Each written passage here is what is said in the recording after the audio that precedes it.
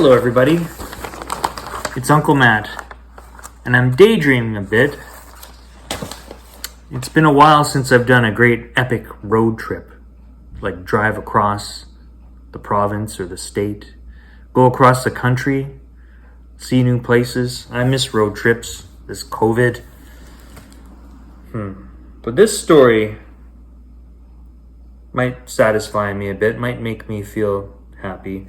It's called LaRue, Across America, Postcards from the Vacation. And I guess LaRue is this dog over here. We will find out. This book was written by Mark Teague. And illustrated by Mark Teague as well. Wow. This book was copyrighted in 2011. Here's a little map.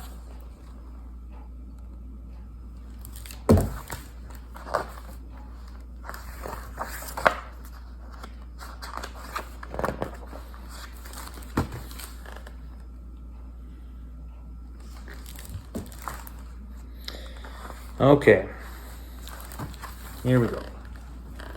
The Short City Register. The Snort City Register Gazette.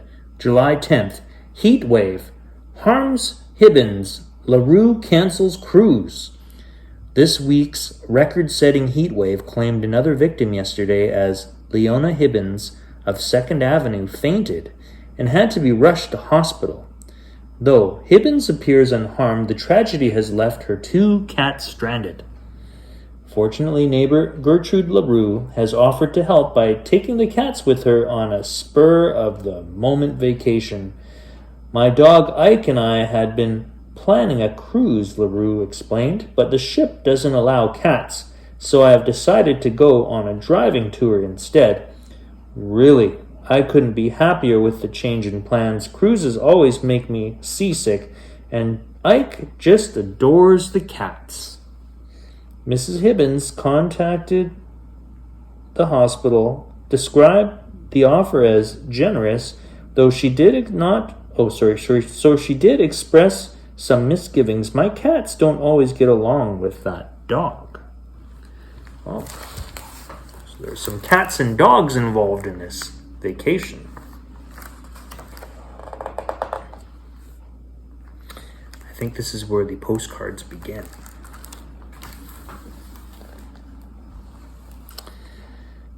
Dear Mrs. Hibbins, July 10th. Somehow, Mrs. LaRue has convinced herself that a cross-country drive with your cats is a good idea. Aside from the fact that she and I are supposed to be departing soon on a cruise to Mexico, there is the important issue of safety to be considered. You know that she has never been a skillful driver? Oh. What if the car breaks down in some hideous wasteland? I have tried to reason with her, but without success. Perhaps you could persuade her to abandon this ridiculous scheme. Your concerned neighbor, Ike.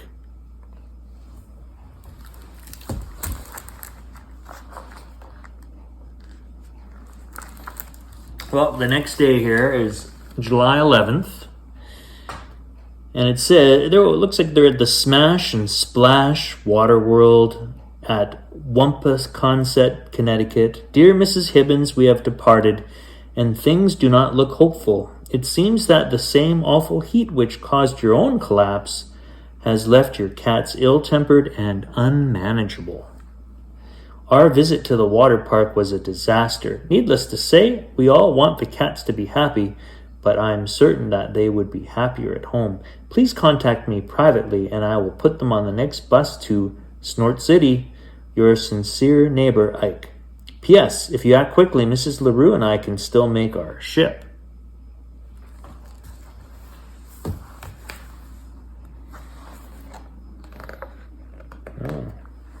The next day. July 12th, the Empire State Building in New York City. Dear Mrs. Hibbins, the view from the observation deck is stunning, unless you're a cat. How was I to know the little scratchers are afraid of heights? When I tried holding them up so that they could get a better view, they turned on me viciously. The security guards completely misread the situation. I was subjected to harsh questioning, which might have ended badly had Mrs. LaRue not arrived to explain. Your honest friend, Ike. P.S. Hurry, our ship leaves tomorrow.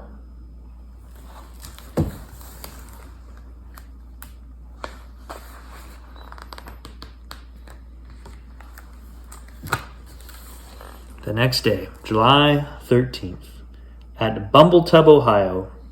Dear Mrs. Hibbins, my ship has sailed, and all with it all hopes of a pleasant resolution to this unhappy saga.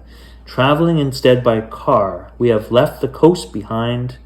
I see now why the ship's captain in his wisdom refused to accept cats. The creatures simply do not travel well. As we drove through the charming countryside, I became worried about their delicate nerves and suggested that a quiet rest in a cat carrier would do them good. In their manic state, they were unable to understand my kindness.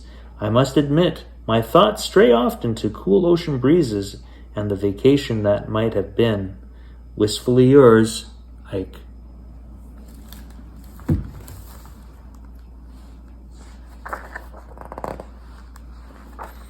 The next day, July 14th, they made it to Minnebuck, Michigan.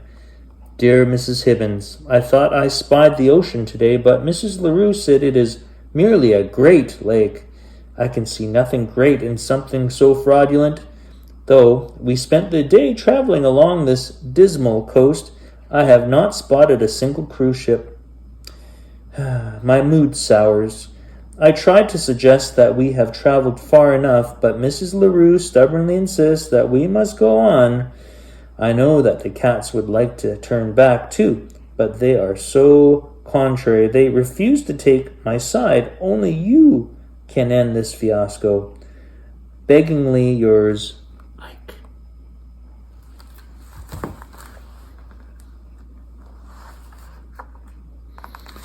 Next day, July 15th, at Big Earl's Motel in Bazooka, Wisconsin. Dear Mrs. Hibbins, we were forced to stay in this vile motel as none of the finer establishments will accept cats. Small wonder.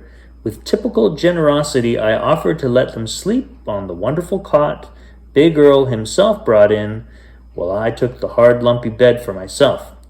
Wouldn't you know, they pitched a fit. The ultimate injustice came when Mrs. LaRue banished me to the car for the night. I went, but to only keep the peace. Please reply quickly, and send bus fare, Ike. P.S. I slept poorly and now have a stiff neck. Wow.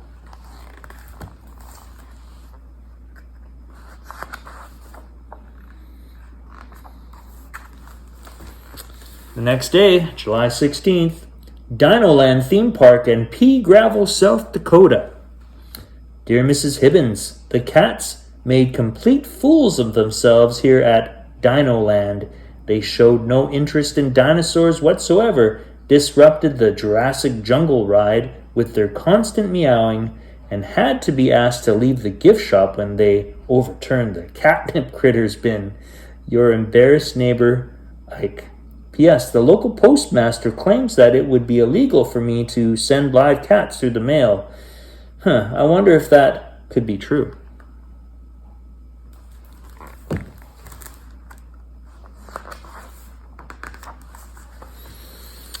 July 17th. Smucky's Diner, Bucketville, Iowa. Dear Mrs. Hibbins, I'm glad to hear that you are recovering. Things are not so rosy here. For days, your cats have been insisting that they will only eat Bob's brand gourmet cat food, neither the liver or salmon flavors. Yet, when we attempt to enjoy a quiet meal at this diner, they accuse me of trying to steal their fish platters. Since I know they prefer cat food, I tried to point out the inconsistency of their argument, but with them, it always seems to be blame, blame, blame. Now, Mrs. LaRue says all our meals must be eaten in the car. Despite my easygoing personality, I wonder how much more I can take. Unhappily yours, Ike. P.S. The fish platters reminded me of the lovely ocean so far away. And cruise ships. I'm thinking fish tacos.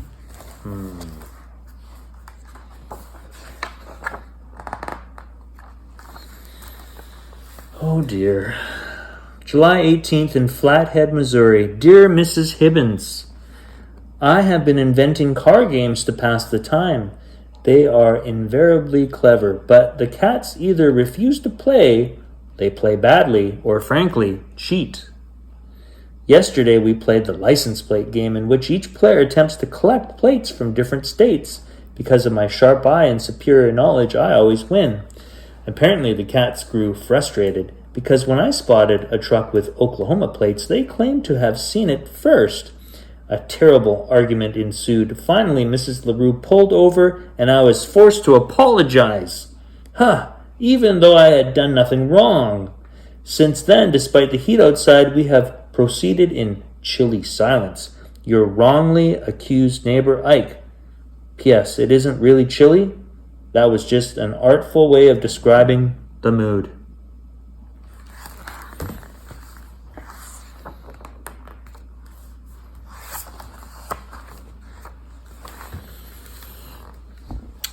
July 19th in Nostril Creek, Kansas. Dear Mrs. Hibbings, I grew worried about Mrs. LaRue. The strain of this long journey appears to be taking its toll on her. A certain grimness overshadows her usual frolicsome nature. Of course, I do all I can to cheer her up, but sometimes even my own spirits began to sag. The open prairie drifts by like an endless sea, making me think how much better we would feel, Mrs. LaRue and I, if we were relaxing aboard a mighty ocean liner. Instead, fate has trapped us in this small, hot car with nothing to look at but the dusty plain and cats. Sigh, Ike. This trip is going on forever.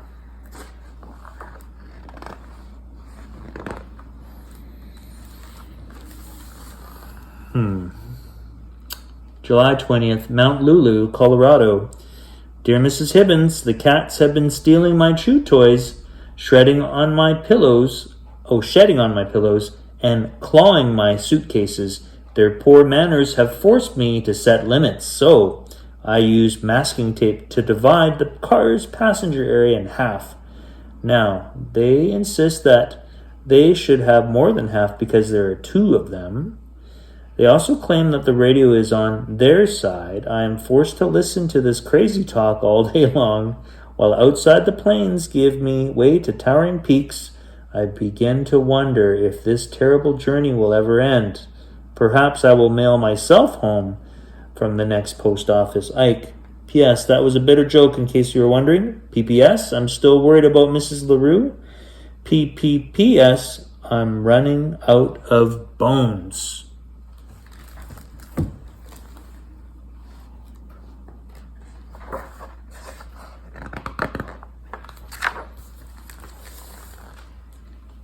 July 22nd, the Grand Canyon, Arizona. Dear Mrs. Hibbins, is it really a Grand Canyon? In my sad state, I can no longer tell. Days of endless travel, poor food, lumpy mattresses, and unpleasant company have left me but a pale shadow of my former self. I almost envy the lowly burros who have carried us into this pit. Compared to me, their lives seem simple and carefree. I am down to my last bone. This cannot go on much longer. Desperately yours, Ike. P.S. I find your failure to respond unsettling.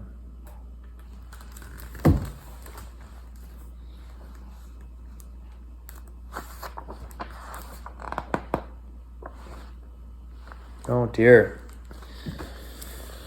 Oh, the Snort City Register Gazette, July 24th. Car trouble stalls vacation. LaRue's to cruise.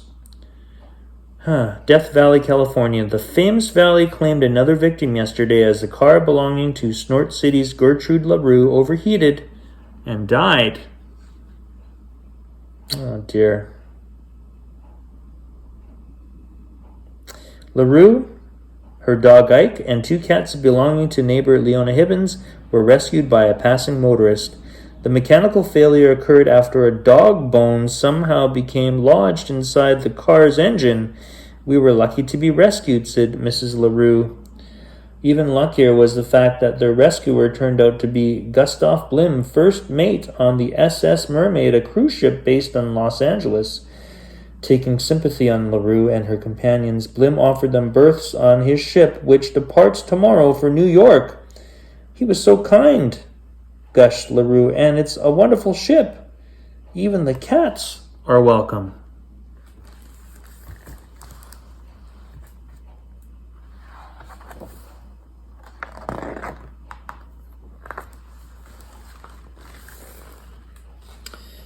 July 30th, aboard the SS Mermaid, Acapulco, Mexico. Dear Mrs. Hibbins, I just wanted to let you know that your cats and I are doing well.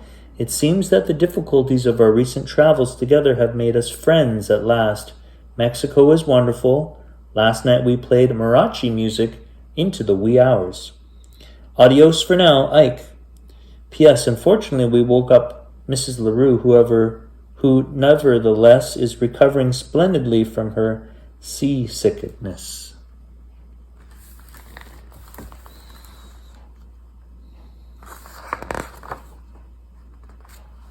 Nice. P.P.S. Oh goody, the waiter has arrived with another fish platter. Wow, I'm glad everyone's getting along nicely. And that seems to be the end of this story. Yeah. And that's all the time we have for Uncle Matt's bedtime story. I hope you enjoyed that story. And I hope, maybe the world will be better and we can go on these road trips again, because I miss those. Well, again, that's all the time we have for Uncle Matt's bedtime story. And I'll see you next time. Goodbye.